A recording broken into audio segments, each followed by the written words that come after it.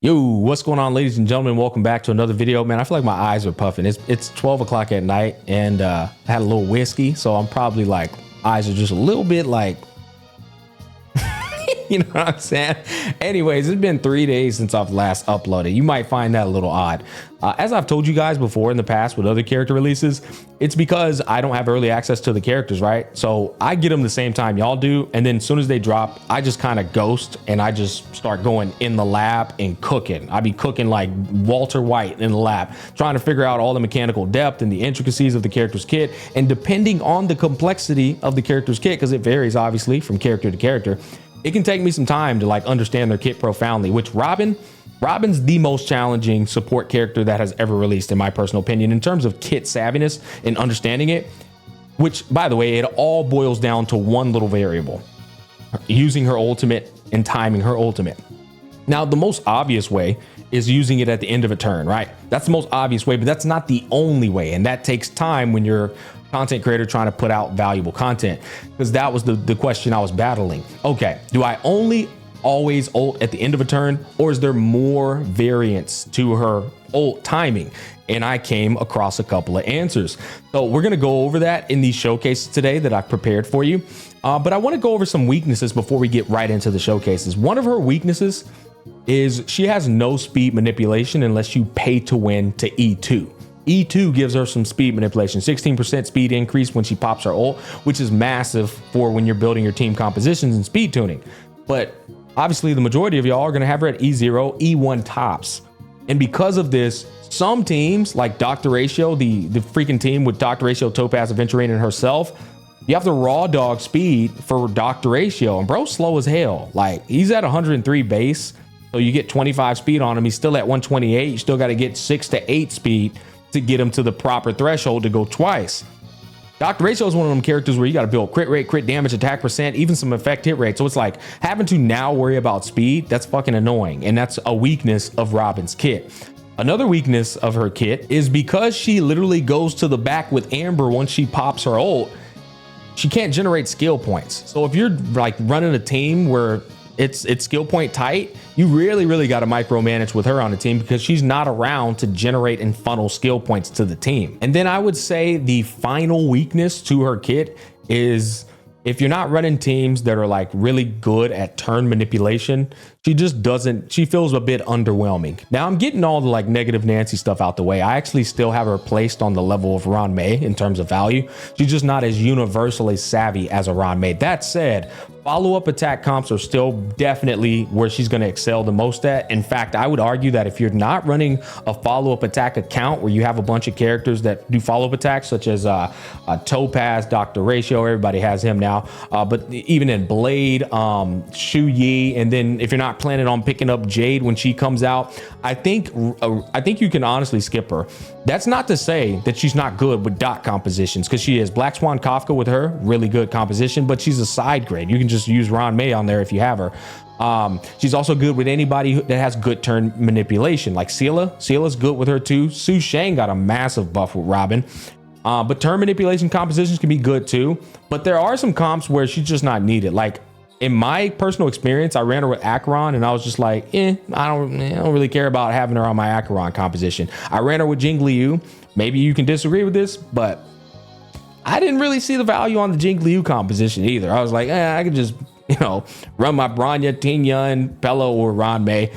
Like, don't get me wrong, she's usable, but it wasn't blowing me out of the water. Also, units like Imbibitor Lune and QQ, pretty much all the units in the game that are not turn manipulation savvy or they're skill point greedy, I think she's just not going to be good on those compositions, or just not needed on those compositions. Probably usable, but you're going to be like, I'm better off. I don't really need her on this one, But let's get looking at these showcases and go over all the tricks of the trade. Okay, so bear with me here, guys. We got two different Shu Yi showcases. Now you might be thinking to yourself, why'd you show the same showcase twice?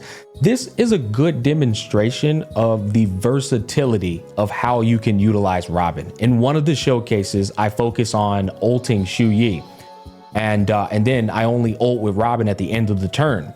But then in the second showcase, or maybe I got them backwards, you'll find that out in a bit. In the other showcase, I focus on ulting Robin only. And that's an entirely different way of utilizing her. And this is a good demonstration of what I mean by there's more than one way to play the girl. There's more than one way to pop her ultimate, depending on the type of the turns. And again, I'm gonna do a great job like elaborating on that when we're watching everything. And then in the final showcase, I use a team to demonstrate turn manipulation. It's the good old Bronya Sparkle composition that I wasn't a fan of. Now, to be fair, when I covered Robin in my previous video, I told you guys, I said, she's the character that comp will be good for because she makes that comp achievable without having to break your neck in building speed, right? She's the relatable way of actually playing that composition and making it a true unlimited blade works, because she can make you go 6 times and you don't need 175 speed or 174 speed Bronya Sparkle. In fact, you can put them at 140 speed and 139 speed. They're still going to go 3 times. And that's thanks to the power of Robin. So I felt that was a good credit to Pokey and Brax to show that comp is absolutely phenomenal with Robin. But yeah, anyways, let's go ahead and get into it. I've been yapping my ass off. So we're playing Shu Yi. 2 of the showcases. I also will go over the Aventurine, Topaz, Dr. Ratio comp as well, and my problems with it. I actually think it's a great comp, but I think it's a pay to win comp. But yeah, we'll go over that as well. I want to make sure pretty much, I give you guys as much information as possible. That's just how I am. Okay, so I ulted Robin at the very beginning of the turn. You'll know now, some of y'all might be thinking, what the hell? Why didn't he ult the Shu Yi? This is what I'm trying to tell y'all. The versatility of this girl is crazy. I get a 2-cycle clear in both ways of playing Robin in this team comp, despite playing entirely differently. That's to show you there's more than one way. And that opens up room for you to play Robin with Ting Yun on other comps too. Like, this is just one way of doing it. Anyways, frame 1 ult Robin is one way of playing her. Frame 1 ult turns, you see these numbers over here, 38, 49, and 50. That's how much slower they are to Robin right now. But when Robin pops her ult, she makes them take an immediate action turn, which sets them to 0. The cool thing about her ult is it does take into account your team's action value after they do their free turn. It takes into an account that shit, which means you're still able to go 3 times in the cycle, provided you don't get like slowed and shit. So I ult at the beginning of the turn. Why is this good? Because Robin's additional physical damage on top of everyone's damage, it can now be applied at the beginning of the turn versus the end of the turn, which is massive. So you'll see, boom, they all got set to 0. Which is nice, right? And now their action values will be taken into account after they go. All right, so we auto attack this guy to give Shu Yi 1 stack towards her follow-up. Boom, we follow up. We actually got lucky there. Shu Yi hit all of her hits on the ice guy. So he took the brunt of all the toughness break damage, which is actually huge. That's actually the RNG required if you want to 1-cycle this too. All right, Aventurine follows up, and you'll notice the 50% damage bonus from Ting Yun is being applied to every single one of Robin's follow-up, or I'm sorry, additional attacks. Got to be careful with the wording there. Boom. All right, so you see Robin then immediately does another 6,000. She does more damage than Aventurine's auto attack himself, which is crazy. And keep in mind, this guy takes 0 damage unless you break his shield. So she does way more than that if you don't attack somebody else. Or if you do. So right here, you see 17,437. That's Robin doing damage on top of Aventurine's, I think 33 is what I'm looking at, something like that. But yeah, she did 17K right there in addition. Boom. And then she did another 21,796 right there. That's Robin. Follows up, boom, another 17,437 from Robin. Again, and Ting Yun's 50% damage bonus is given to her this entire time. So that's one way of doing it, which is really nice. And then again, she does more damage there. And then finally, right before ult ends, boom, she does another 26,827 there. So like I told you, turn manipulation and then more damage there. Turn manipulation is everything for Robin's value. And if they're follow-upping as well, holy shit, then you're getting maximum value out of her. And keep in mind, guys, my Robin is E0. Okay, so this is important. Let's go back. All right, I wanted to go back here. You'll notice I got Ting Yun's ult right here, right? We use it at the top of the cycle right here to DDD everybody forward. It's important to ult at the top of a cycle with Dance Dance Dance or Robin, because it's frame 1, and then the thing is, when you ult at the very top of a cycle, it's kind of tough to explain.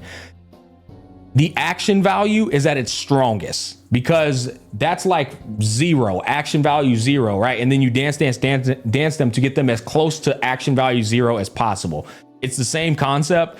Spamming Robin's ult at the frame 1 of the next cycle is also one of the strongest ways to utilize her, because it's a frame 1 ult to action value advancement immediately, and then it does not like compromise your turn manipulation whatsoever. Furthermore, again, you get to just do additional damage with her. It's very important. I can't stress to you enough. So essentially, actually, you know what? We're gonna wait here because I want to make sure. See, I have her ult up.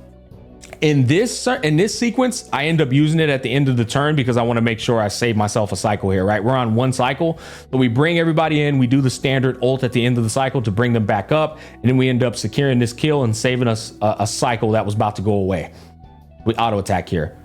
But there are some instances where if you're not going to finish in that cycle, it's worth saving her ult and then frame 1 ulting in the next cycle. We had some pretty good, actually, that's Japard's light cone going into play right there. Japard's light cone making them taunt 10K from Robin. That was nice. Okay, so we benediction buff to oh girl. Give her a stack. Pop ult.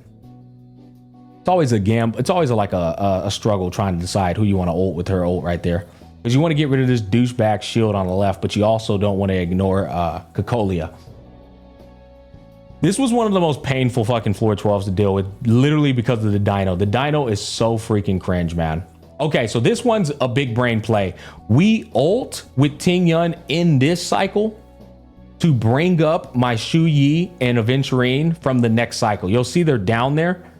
Now they're inside of the 29th cycle. We did this because we're about to battery up Robin and then frame 1 ult on the next cycle. This is so freaking important, guys. I can't stress to you enough. Let me explain to you why it's important.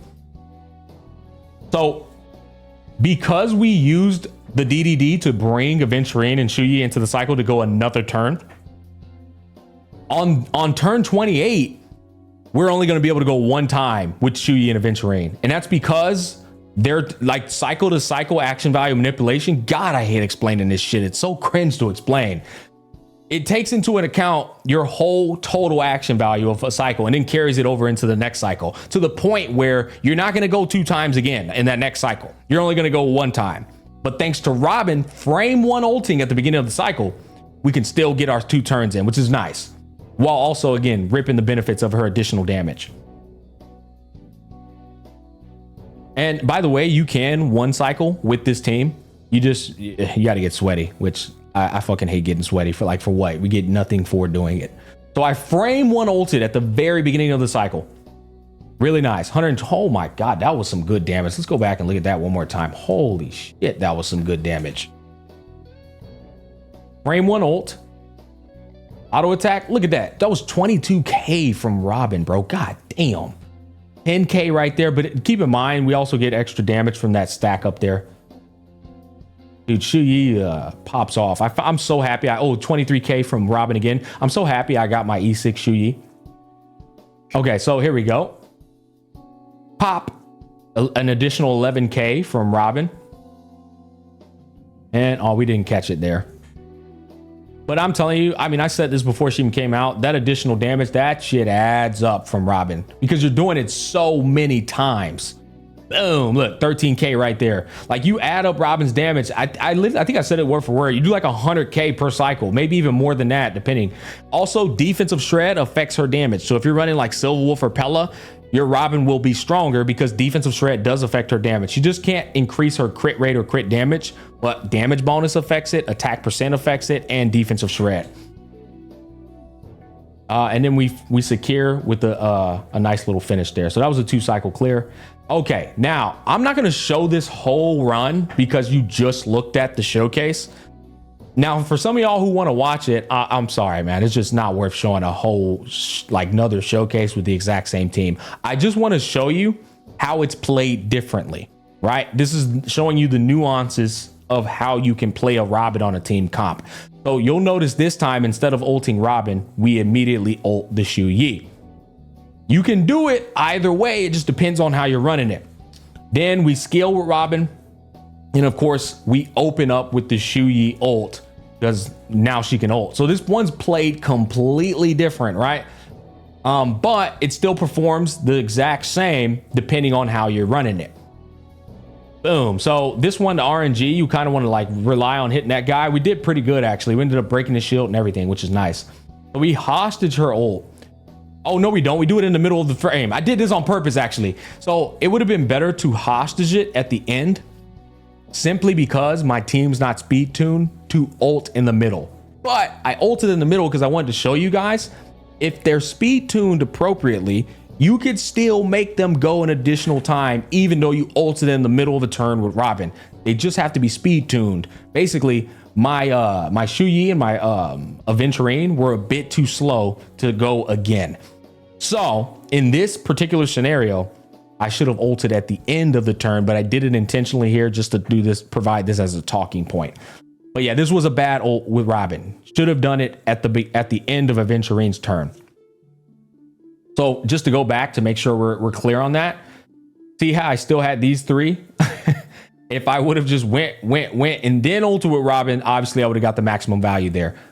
But to say it one more time, if they're speed tuned fast enough, you can ult here with her, get the additional damage, and still go multiple times with your team. That can happen, which is what I tried to do right here. I was playing around just to see if I had enough, but I didn't.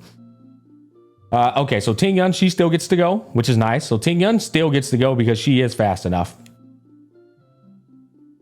But Shu Yi, she didn't make the cut, unfortunately.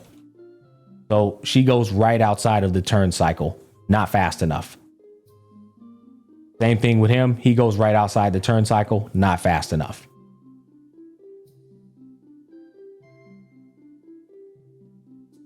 All right, boom. Boom, boom. And you know what's funny? If we had them fast enough, then we probably could have zero cycled this first cycle right here. Actually, I wouldn't even say it's a probably. I'm pretty sure we could have. Oh, you know what? That's the next thing I want to talk to you guys about. In fact, that's an important talking point.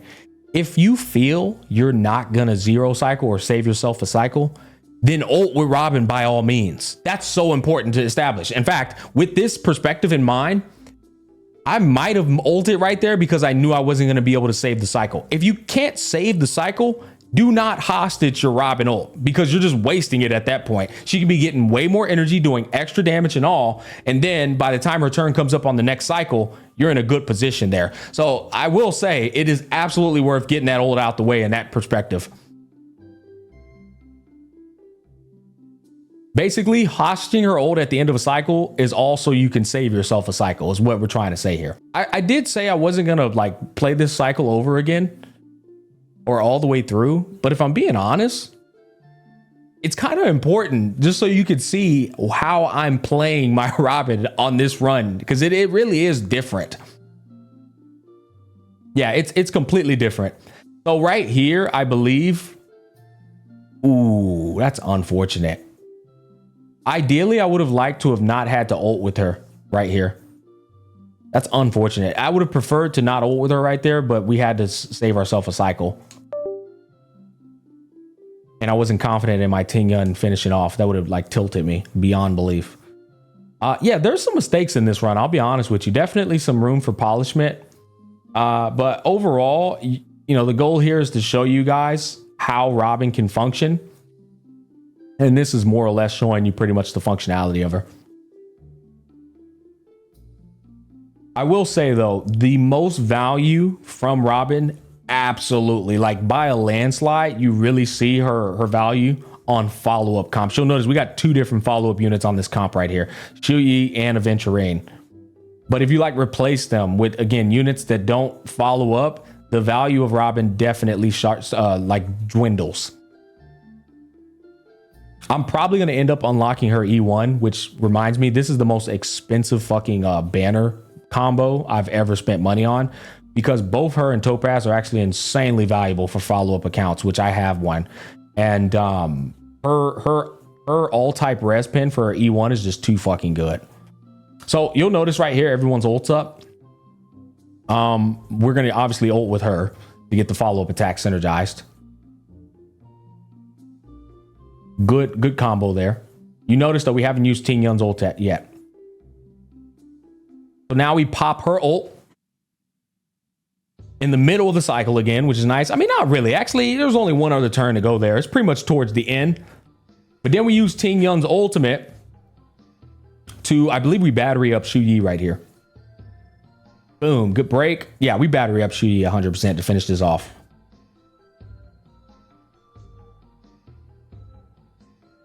And I believe that's GG's. Oh man, that's another value of Shu Yi. When people recover their shields, that gives her more time, that gives her more ammunition to do her follow-up, which is nice. Blop, blop. God damn, bro, that damage is smooth. Yep, and there you go. But like I said, you could see here, we played this completely different. We ulted Shu Yi the entire time and didn't ult Robin. Still ended up getting 2 cycles. And in fact, with a little more optimization, you can get 1 cycle on this comp as well, like I said. But you can also get 1 cycle on the other way of playing it too, which is crazy. But let's go ahead and move on to the next one, which I believe it's the Blade comp last.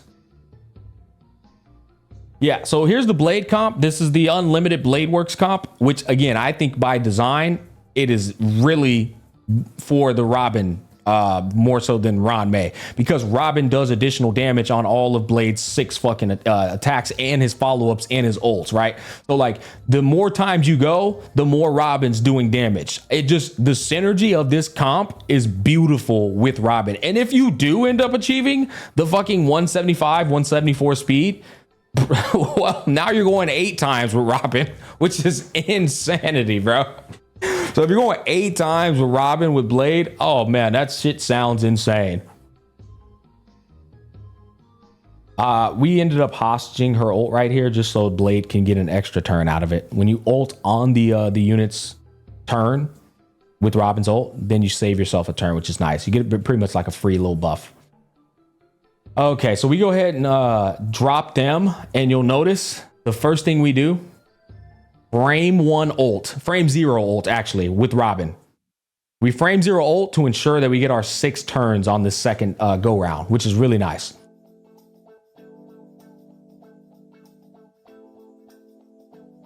Yep. Now, I do understand that this comp doesn't have a healer or a sustainer. If it's that, I personally think this is the kind of comp where if you're going to run it, you probably go big or go home with this comp, meaning you run all 3 or just don't run the comp at all. That said, though, you can easily like swap out a Sparkle or a Bronya, probably the Sparkle, and then just put in your sustainer like of choice, which obviously can be like a Lorcha. If you're running Robin, though, you probably... Actually, no, you can't even do a Venturine. Fuck no. That would be abysmal for Blade. Yeah, you can run the Lorcha right there. Or Old Girl, the 4-star character, Lynx.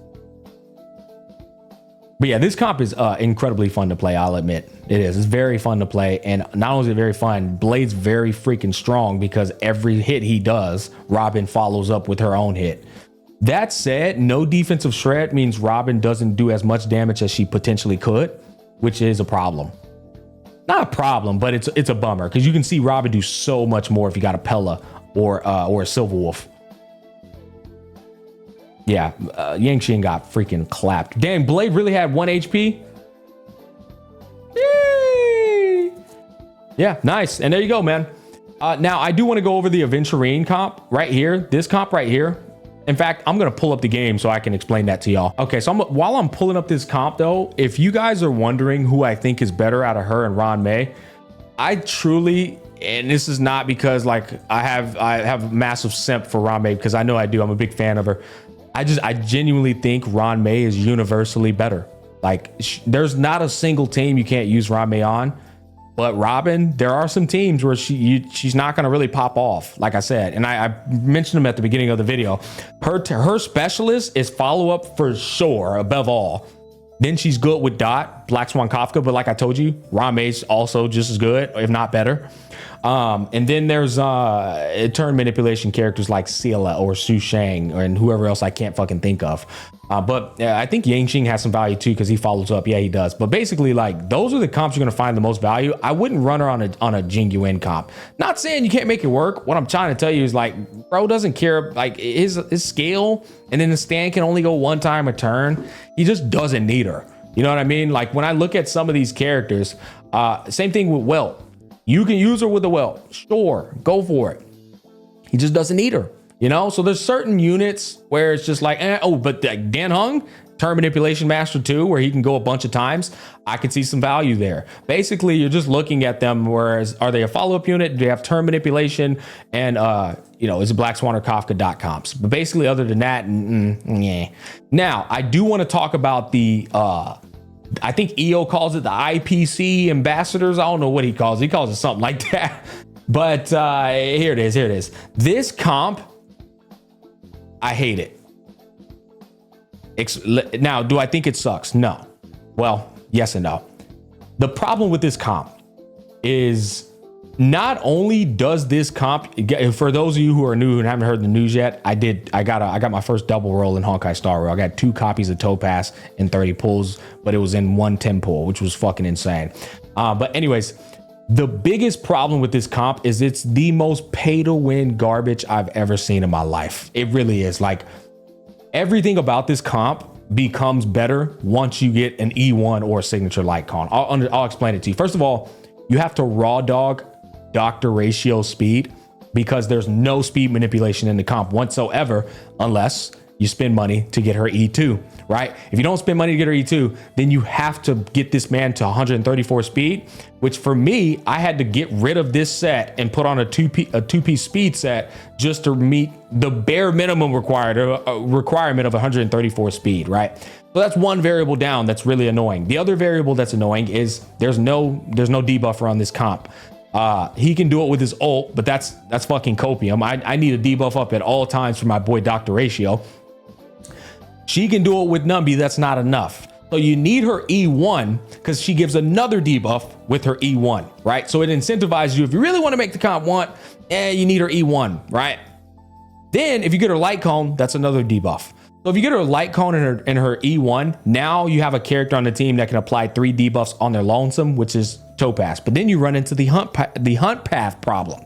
The hunt path problem is you're probably going to be doing split damage, meaning Topaz is focusing on one unit, Ratio is focusing on the other unit. There's some scenarios where that can happen. In fact, floor 12 first half, that's one of the scenarios where it happens.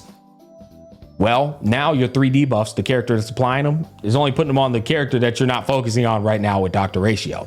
That can be problematic, right? But then even in, now we got to the point where we spent money and the comp still ain't comfortable. Well, you get Aventurine's light cone. Guess what? He can put the debuffs on everybody.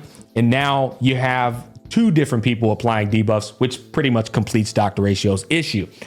Everybody pretty much bought Dr. Ratio's light cone because he was free to play, right?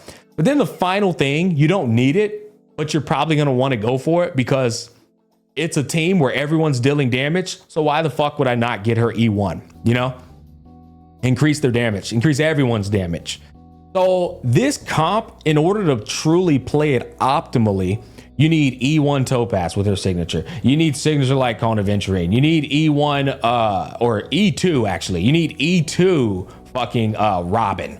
And then the comp is perfect, right? By that time though, you've already donated a kidney. So that's my biggest problem with the comp. If you run this comp as a free to play mint picker, no shots thrown, just being honest. If you run this comp, E0, no light cone, no Eidolons. Nobody has anything except, you know, what the game comes with, mid.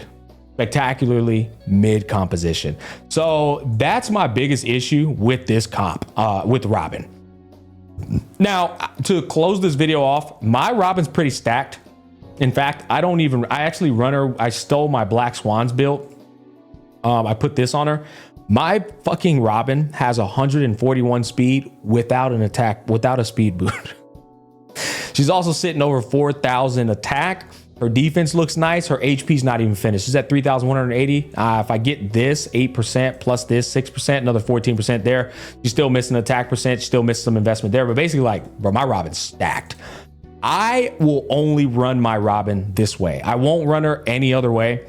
Like I told y'all, 25% action value advancement plus the 40% is a 65% action value advancement. If you run her with Ting Yun has DDD, guess what? That's 65 plus another 24.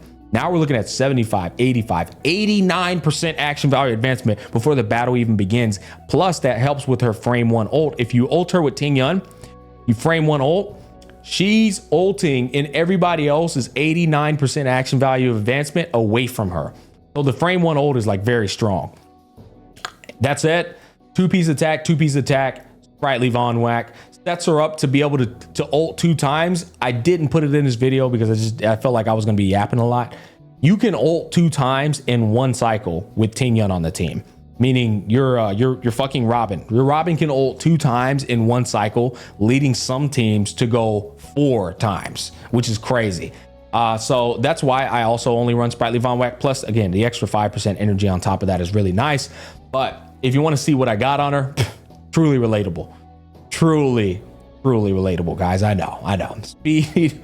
What I like to go for, obviously, as much attack as possible. After that, speed for speed requirements, then beefiness or effect resistance. Effect resistance is also very important.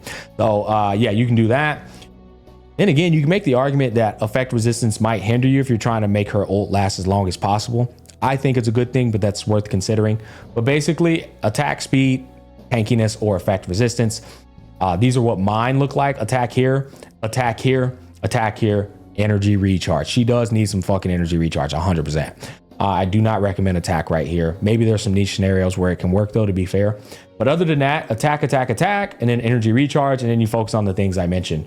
And that is pretty much Robin in a nutshell. I forgot to mention, I think her light cone, if you can afford it, is worth the pickup. The energy recharge is really nice. The damage bonus to the team is also really nice. But I do not want to discredit the fact that there is a perfectly free to play option over here somewhere. Let's go over here to the Harmony.